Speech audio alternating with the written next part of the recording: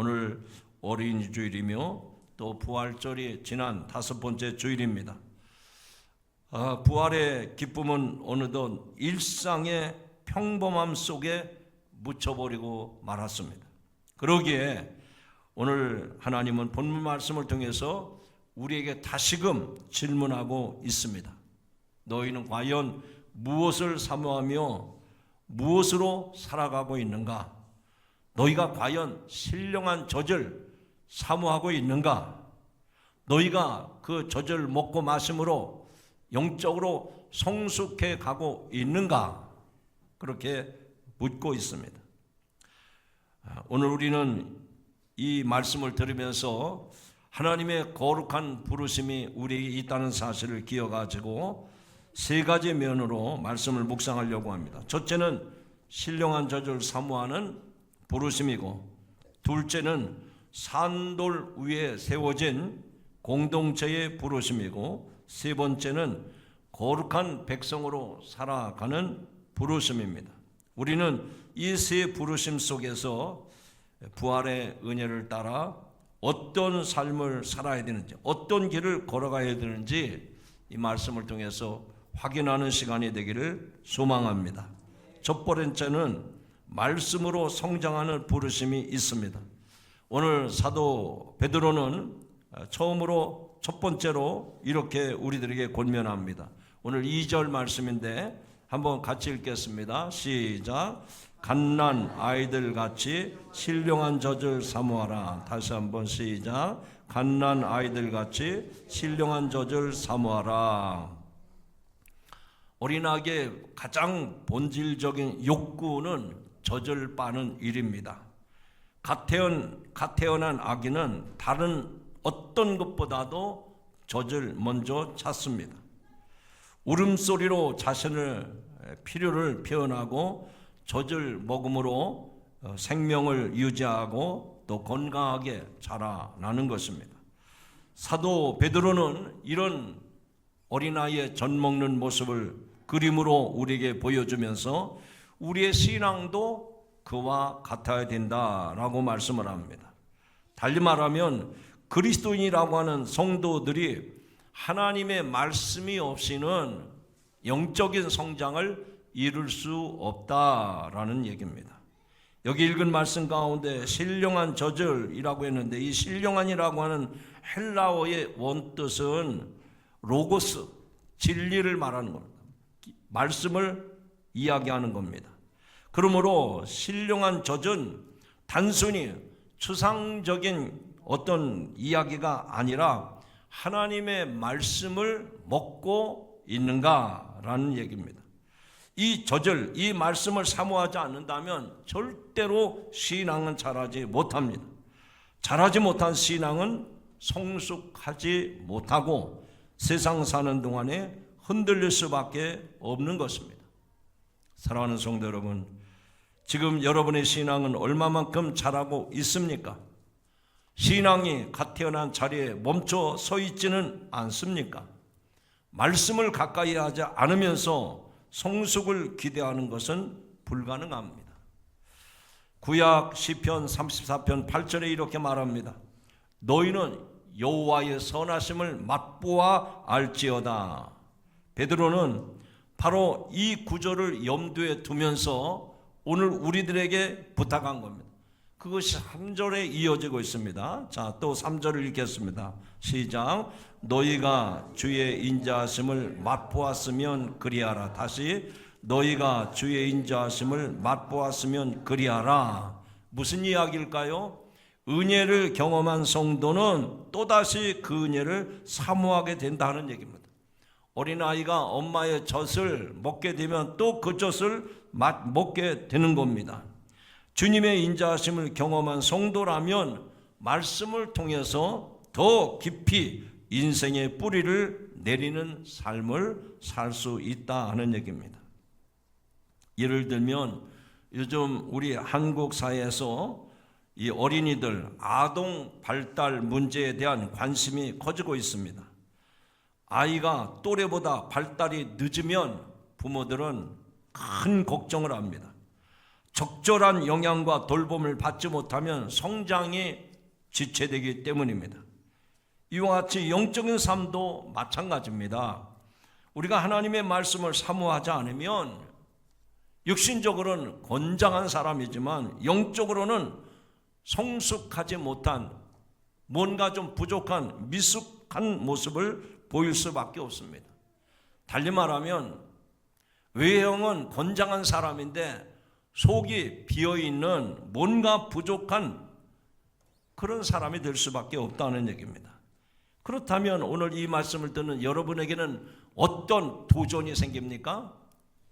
내가 육신의 건강을 위해서는 삼시세끼 밥도 잘 먹고 건강을 유지하기 위해서 영양제도 맞고 또 이런저런 육체의 건강을 도모하기 위한 운동도 열심히 하고 있잖아요. 그런데 여러분들이 영적인 성장을 위해서 말씀을 얼마나 사모하는가, 말씀을 얼마나 기억하고 있는가, 그 말씀을 정말 사모하고 있는가, 이것을 돌아보셔야 된다는 얘기입니다. 여러분, 교회에서 1년 연초면 늘 교회 카렌다를 찍어서 보내드립니다. 조그만 탁상 카렌다도 있고 벽걸이형 큰 카렌다도 있어요. 근데 그 이후에 그 배면에 하나님의 말씀이 있는데 하나님의 말씀을 과연 돌려놓고 일주일에 한 번이라도 읽어보십니까? 아니 하루하루 성경 말씀 한 장이라도 읽어보십니까? 그러면서 우리가 영육간에 강건하게 해달라고 기도하는 것은 어불성설 아닙니까? 육신적으로는, 육체적으로는 아주 힘이 넘치는 천하장사 같은데 영적으로는 속이 텅 빈 수수깡처럼 속이 비어있는 거예요. 속이 꽉 차 있지 않는 거예요. 이건 누가 봐도 정상인이 아닙니다. 그러니까 우리가 겉모양으로 멋있고 튼튼해 보이고 대단한 것처럼 보이고, 그거는 속이 뒷받침될 때, 속이 하나님의 말씀으로 채워져 있을 때 온전한 사람이 되는 거예요. 여러분, 껍데기만 멀쩡한 사람 실수하는 거 보면 너무 우스꽝스럽지 않습니까? 아니 저 사람이 왜 저래? 아니 겉은 멀쩡한데 어떻게 저런 말을 하지? 어떻게 저런 행동을 하지? 그러면서 우리는 웃음을 자아내지 않습니까? 오늘 이 말씀을 듣는 성도 여러분, 여러분에게 무엇보다도 필요한 것은 어린아이처럼 신령한 젖 하나님의 말씀을 사모하는 간절함이 여러분에게 있어지길 주님의 이름으로 축원합니다. 요즘에는 먹는 것이 너무 풍성해져서 하루 세 끼 다 못 먹고 사시는 분들이 많아요. 그래서 그냥 간식으로 식사를 대신하는 분들도 있습니다. 그래서 그런지 하나님의 말씀이 귀한 것을 몰라요. 하나님의 말씀을 사모하는 간절함이 없어요. 그냥 한 길 건너가도 상관없어요. 한 길 굶어도 상관없어요. 그러다 보니까 하나님의 말씀이 생명처럼 소중하게 여겨지질 않는 거예요. 사랑하는 성도 여러분, 이번 한 주라도 하나님의 말씀을 가까이 하시기 주님의 이름으로 축원합니다. 하나님의 말씀이 여러분의 삶의 등불이 되고 여러분 인생의 길에 빛이 될 줄로 믿습니다. 그 말씀을 멀리 한다면 우리는 영적인 성장을 기대할 수가 없는 겁니다. 두 번째로 사도 베드로는 우리에게 산돌 위에 세워지는 거룩한 공동체로서의 부르심을 부르신 것입니다. 이어지는 본문 말씀 4절입니다. 자, 또 같이 읽겠습니다. 4절 시작. 사람에게는 버린 바 되었으나 하나님께는 택하심을 입은 보배로운 산돌이신 예수님께 나아감. 자, 우리가 하나님의 부르심을 입었는데, 즉 예수 그리스도께로 나가야 되는데 우리가 예수 그리스도가 누구신가? 예수, 나를 부르신 예수, 그분이 누구신가? 이거에 대한 분명한 이해가 없으면 여기까지 왔는데 돌아갈까 봐, 잘못된 길로 온 것 같아, 이런 후회하는 일들이 생겨요. 꼭 기독교만이 구원이 있는가? 아니 이 땅에 불자들도 그렇게 많이 있고, 어젠가요 그제 제가 뭐 이렇게 텔레비전 화면을 보니까 우리 관악산에 그 유명한 절에 대한 이야기가 나오더라고요. 영상으로 나오는데 저는 한 번도 안 가봤는데 거기 갈 일이 없잖아요. 그 절벽 꼭대기에다가 절을 지어놓고 많은 사람들이 와서 기도를 하더라고요. 여러분 주변에도 그런 사람 많잖아요. 가족 중에도 그런 사람이 있잖아요. 그런 사람들의 주장은 뭡니까? 왜 기독교에만 구원이 있느냐? 저 사람들도 저 종교에도 구원이 있지 않느냐? 이렇게 말할 수 있지 않습니까? 그런데 그 길을 마다하고 저와 여러분은 예수 믿기로 결심했지 않습니까? 찬송가 가사처럼 세상에 수많은 길이 있어도 나는 예수를 따라가기로 했어.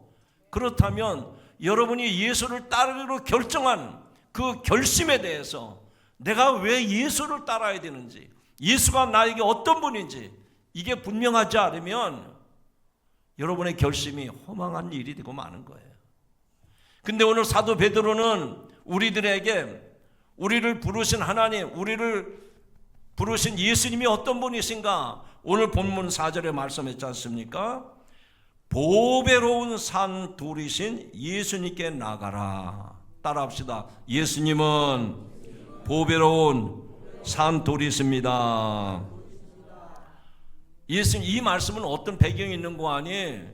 예수님은 사람들에게 버림받았지만 그러나 하나님께서는 예수님을 건물을 지을 때 모퉁이 돌, 코너돌이 되게 하셨단 말이죠. 이 모퉁이 돌은 무엇입니까? 이쪽 벽면과 이쪽 벽면이 있는데 그 벽이 쉽게 무너지지 않도록 양쪽으로 물리는 돌이 모퉁이 돌이에요. 사람들에게는 버림받았지만 하나님께서는 온 인류를 구원하시기 위한 예수 그리스도가 모퉁이 돌이 되게 하셨다는 얘기입니다. 여기서 사용된 산돌의 이미지는 구약에서 가져온 것입니다. 이사야서 28장 16절에 보면 내가 한 돌을 시온에 두어 기초를 삼았노니 라고 했습니다. 또 시편 118편 22절에 보면 건축자가 버린 돌이 진모퉁이의 머릿돌이 되었나니, 즉 사도 베드로는 이런 말씀들을 이용해서 예수 그리스도의 십자가의 죽음과 부활이 새로운 성전의 기초였음을 분명히 선언하고 있는 것입니다. 여러분, 이 말씀을 받았던 초대교회 성도들은 그 당시 곳곳에 세워진 로마의 신전들, 큰 신전들을 보면서 놀라움을 가졌을 겁니다. 화려하고 웅장한 신전들과는 달리 초라한 가정집에 모여서 예배하던 그들에게 베드로는 너희는 세상의 눈에는 하찮아 보일지라도 하나님의 눈에는 살아있는 성전이다. 왜냐하면 그리스도가 모퉁이 돌이라 함께 모여서 거룩한 제사장이 되어서 하나님을 기쁘시게 하는 영적 제사를 드리라 라고 사도 베드로는 우리들에게 주문하고 있는 것입니다. 여러분, 교회의 정체성은 어디 있습니까? 이 땅에 많은 교회들을 세웠는데 그 교회의 정체성은 어디에 있습니까? 사람들을 불러 모아가지고 노년을 잘 보내게 하고 그들이 돌아가시면 공원묘원을 갖춰가지고 거기에 장례 모시고 후손들이 또 그게 나오게 하기 위한 요양원 같은 교회입니까? 노인들이 돌아가시면 잘 모시도록 공원묘원을 갖춰놓은 것이 교회입니까? 교회는 그런 것이 아니에요.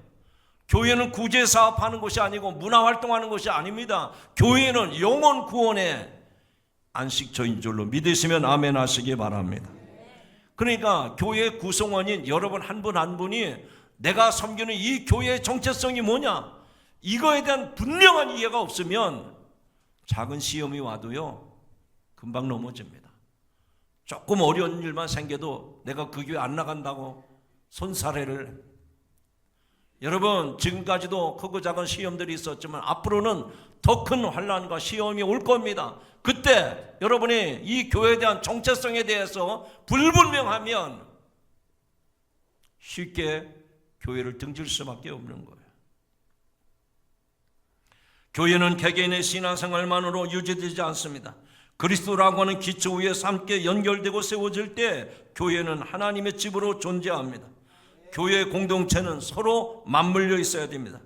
서로와 모든 성도들이 서로의 모양이 다르고 생각이 다르지만 그리고 갈등이 있지만 그 모양 그대로 모퉁이 돌이 대신 예수 그리스도를 믿고 따를 때 비로소 거룩한 성도로 부르심을 받은 것이고, 그러한 성도들이 모인 곳이 세상에 흉내낼 수 없는 거룩한 성전이 되는 줄로 믿으시기 바랍니다.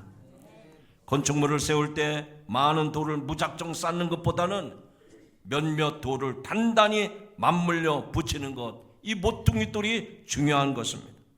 교회 모습도 이와 같습니다. 교회는 그저 많은 사람들이 모여있다고 해서 강한 공동체가 되지 않습니다.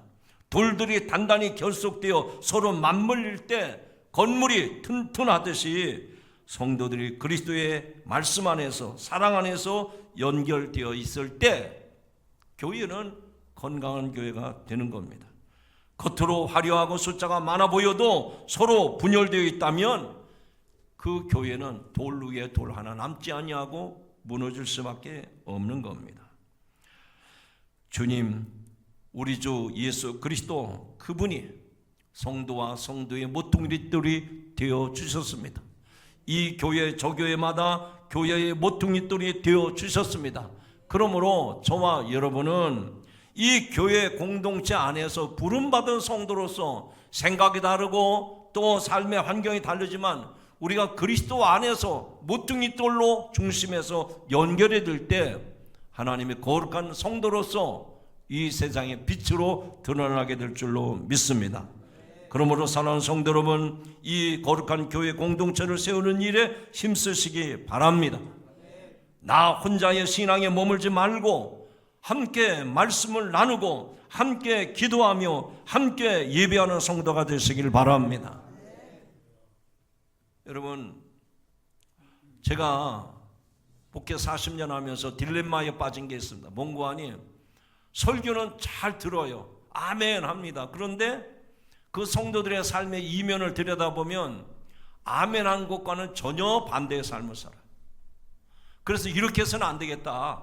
실제로 오늘의 말씀을 들었다면 내가 이 한 주간만이라도 그 말씀이 내게 교훈하고 그 말씀이 내게 명령을 하고 그 말씀이 내게 지시한 대로 어떻게 하면 순종하며 살까. 그래서 점심 먹고 나서 집에 가지 말고 소그룹으로 모여가지고 오늘 말씀이 당신에게 어떤 도전이 되었습니까? 우리가 이 말씀으로 하여금 이거 어떻게 하면 이 일을 감당할 수 있겠습니까? 힘들고 어렵지만 같이 한번 해봅시다. 서로 공통점을 나누면서 서로 받은 은혜를 나누면서 기도하고 격려하고 응원하고 칭찬해주고 이러는 것이 소그룹 공동체의 모습이에요. 근데 우리는 지금 어떻게 소그룹이 운영되고 있습니까? 그냥 여기 주보에 있는 거 한 사람이 그냥 쭉 읽어가고 끝.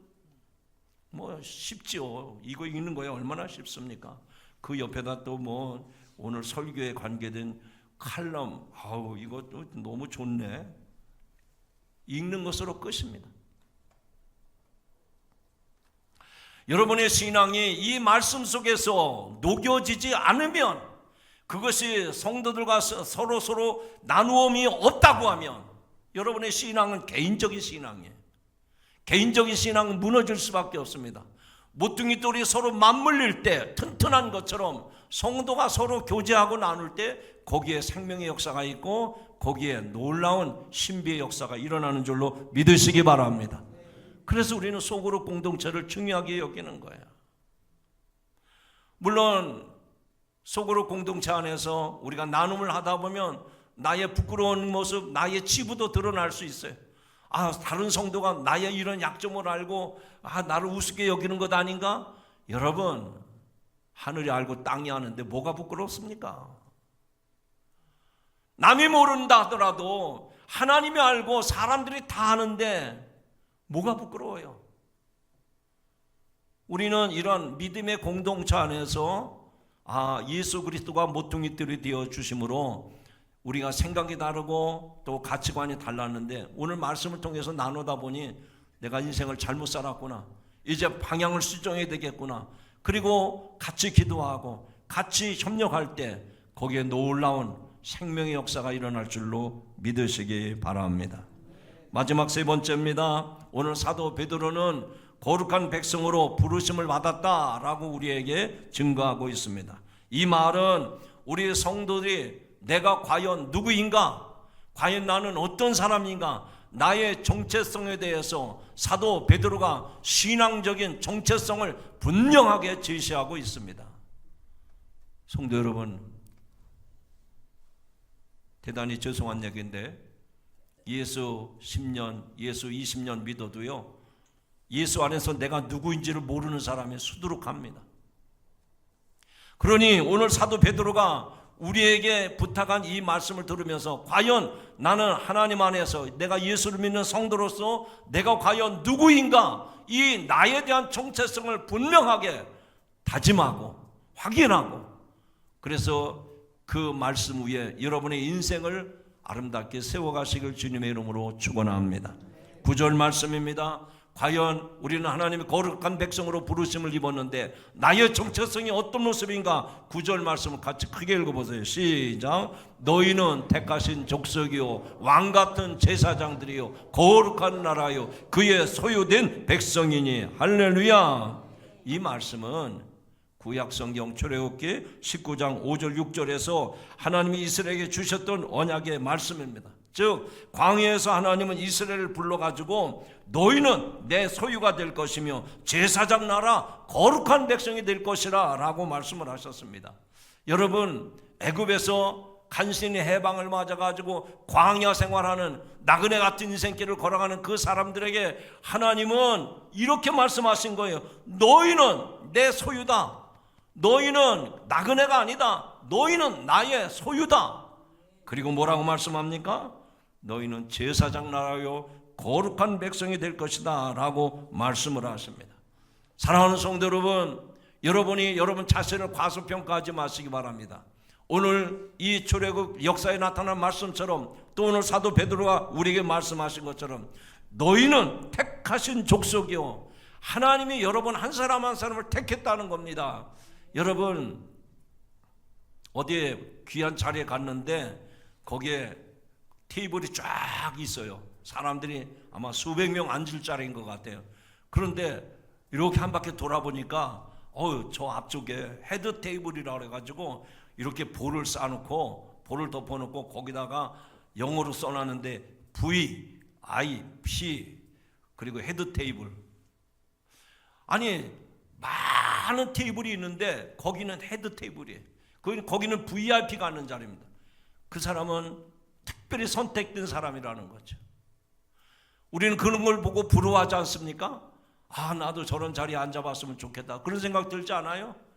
여러분, 이미 하나님께서는 우리 세상 모든 사람들 가운데 하나님의 거룩한 백성으로 거룩한 족속으로 우리를 택해 주심을 믿으시기 바랍니다. 우리가 사람을 대면할 때 한마디 이렇게 얘기를 들어보면 이 사람의 자존감이 있구나 없구나 하는 걸 금방 알 수 있어요. 뭘 물어보면 못해요, 제가 뭐 할 줄 알거든요. 이런 사람은 인생 끝날까지 못하는 인생으로 가는 거예요. 그런데 이렇게 대답하는 사람입니다. 제가 부족하지만 최선을 다해 보겠습니다.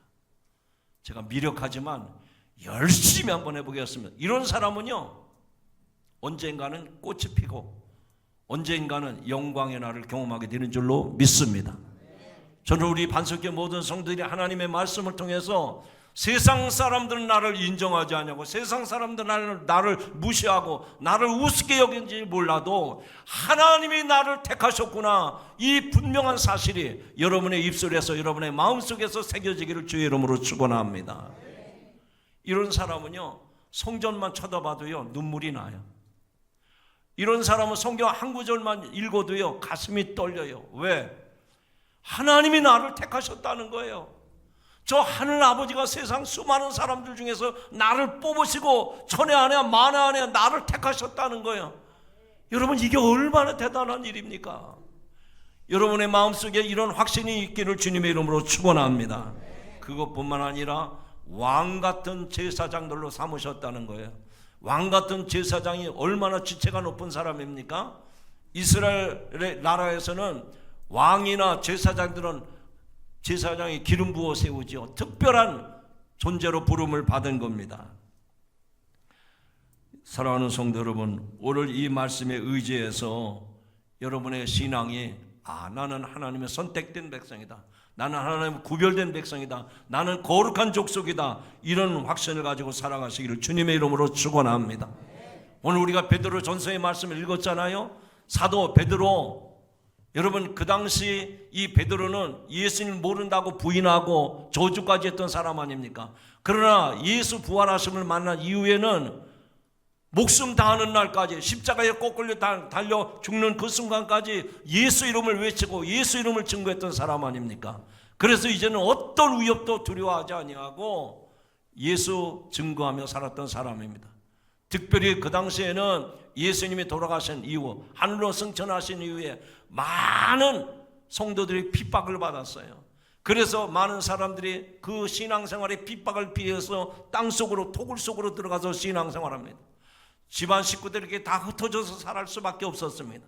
그러한 성도들, 흩어진 성도들, 나그네 같은 인생을 살아가는 그 모든 성도들에게 오늘 사도 베드로는 너희는 하나님의 택한 백성이다. 너희는 제사장 나라요, 너희는 거룩한 백성이다. 이렇게 증거하면서 그들에게 용기를 주신 줄로 믿습니다. 이 말씀을 들으시면서 여러분 자신을 한번 돌아보세요. 세상에 가족도 있고 친구도 있고 오갈 곳도 많은데 왜 나는 이렇게 쓸쓸하고 왜 나는 이렇게 외롭지? 왜 이렇게 허전하지? 그런 생각 다들 갖고 계시잖아요. 차마 내 입으로 그 말은 내뱉지 못하지만 마음 한구석에서는 늘 외롭고 고독하고 내 주변에 아무도 없다고 생각할 때가 얼마나 많습니까? 그런데 사도 베드로는 그렇게 살고 있던 그 당시 성도들에게 너희는 하나님의 택하신 족속이요 거룩한 백성이라고 말씀했으니 이게 웬 은혜입니까? 이게 웬 은혜예요? 여러분 오늘의 말씀을 확신을 가지고 여러분도 믿음으로 살아가시기를 주님의 이름으로 축원합니다. 세상이 나를 무시해도 사람들이 나를 인정하지 않는다 하더라도 하나님이 나를 거룩한 백성으로 삼으셨다고 하는 이 믿음 한 가지만 붙잡고 있으면 우리는 어떤 시험에도 어떤 환난에도 우리가 승리하게 될 줄로 믿습니다. 오늘 우리가 살아가는 상황, 여러분의 삶의 자리를 한번 돌아보시기 바랍니다. 한국 사회에서 수많은 사람들이 자기 정체성에 혼란을 겪고 있습니다. 나는 누구인가? 나는 어디에 속해 있는가? 나는 왜 이렇게 살아야 되는가? 이틀 전인가요? 우리가 사는 동네 바로 옆 동네 의왕시에서 아파트 화재 대형 사고가 났어요. 수사 발표가 나왔습니다. 왜 아파트 그 고층 아파트에서 화재가 났다고 그랬습니까? 부부가 인생을 비관해 가지고 가스를 틀어놓고 남편은 그 높은 빌딩에서 아파트에서 투신 자살했고 아내는 화장실로 들어가서 숨어 있다가 그만 죽고 말았습니다. 여러분 이게 어디에서 또 비롯된 겁니까?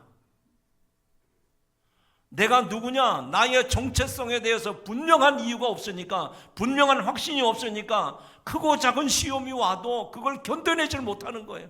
그걸 이겨내지 못하는 겁니다. 여러분 사람이 사는 동안에 시험거리 없는 사람이 어디 있어요? 걱정 없이 사는 사람이 어디 있습니까? 그러나 우리는 하나님을 믿는 성도이기 때문에 그 고난 가운데, 그 어려운 가운데 하나님이 계시고 하나님이 그 고난 배후에 일하심을 믿기 때문에 그것을 이겨내고 극복하게 되는 줄로 믿으시기 바랍니다. 혹시 마음이 무거워진 성도 있습니까? 건강 때문에, 경제적인 어려움 때문에, 자식들 때문에 여러분 마음이 무너지지 않습니까? 오늘 이 말씀을 통해서 그래, 내가 초대교회 성도들처럼 이 세상에 살면서 많은 시련과 많은 핍박과 고난과 어려움이 따르지만 하나님께서 나를 부르시고 하나님께서 나를 택하셨다고 하는, 그래서 부르심에 대한 확신을 갖고 산다고 하면 능히 이 세상을 이겨낼 줄로 믿습니다. 마지막 9절에 나오는 말씀입니다. 자, 9절 하반절의 말씀인데 한번 같이 읽겠습니다. 시작. 이는 너희를 어두운 데서 불러내어 그의 비기한 빛에 들어가게 하신 이의 아름다운 덕을 선포하게 하려 하심이라. 여러분, 이 말씀 그대로 설명이 필요 없어요. 여러분을 어두운 데서, 여러분을 그 고난 가운데에서, 여러분이 그 세상 살아가는데 힘든 그 상황 가운데서 하나님이 불러내셨다는 거예요. 하나님이 여러분을 택하셨다는 거예요. 아멘 안 해도 하나님은 여러분을 구원해내십니다. 하나님이 불러내셨다는 거예요. 그 어려움에서, 그 질병에서, 그 어려운 상황에서 우리를 불러내셔서 어떻게 하셨는가? 그의 귀한 빛에 들어가게 하신, 하나님의 영광을 보게 하게 하시려고 우리를 불러내셨다는 겁니다. 그래서 이제는 하나님의 아름다운 덕을, 하나님의 영광을 선포하며 살게 하신다고 말씀하고 있습니다. 여러분, 이 말씀을 들을 때요, 세상의 부귀영화, 명예권세, 높은 지위 가진 사람 아무리 많다 하더라도 그들이 부럽지 않아요. 왜? 그들은 그 높은 지위, 그 높은 명예, 그걸 붙잡고 올라갔다가 하루아침에 촛불낙엽으로 떨어집니다. 근데 하나님은 우리를 높이 세우시는데 기이한 빛에 들어가게 하셨고, 우리를 통해서 하나님의 덕을, 하나님의 영광을 드러내게 하려 하심이라고 말씀합니다. 하나님이 세우시면 사람이 끌어내릴 수 없습니다. 하나님이 우리를 붙드시면 어떤 어려움도, 어떤 문제도 능히 헤쳐나가고 이겨내게 될 줄로 믿습니다. 여러분, 오늘의 말씀을 통해서 다시 한번 두 주먹을 불끈 쥐고, 세상에 나를 짓누르고 나를 우겨 싼다 할지라도 낙심하고 좌절하고 실망하지 마시고, 나는 하나님의 거룩한 부르심을 입은 하나님의 성도이다 확신을 가지고 믿음으로 살아가시기를 주님의 이름으로 축원합니다. 기도하십니다. 사랑의 주님, 인생의 나그네 같고 고아 같은 저희들을 하나님이 부르셨고 택하셨다는 사실에 다시 한번 감사를 드립니다. 진정 하나님이 나를 사랑하시기에, 하나님이 나를 구원하셨기에 우리는 거룩한 백성으로 부름받은 것을 믿고 감사를 드립니다. 주여, 내 입술에, 내 마음속에 이 확신이 잃어버려지지 않게 하여 주시옵소서. 크고 작은 어려움을 당할 때도 이 어려움 가운데에서도 결코 하나님의 부르심에 대해서 의심하지 않게 하여 주시옵소서. 그러기에 신령한 저절 사모하게 하시고, 거룩한 산돌 위에 세워진 거룩한 정체성이 흔들리지 않게 하시고, 오늘도 내일도 거룩한 백성으로 당당하게 살아가게 하옵소서. 예수님의 이름으로 감사하며 기도하옵나이다. 아멘.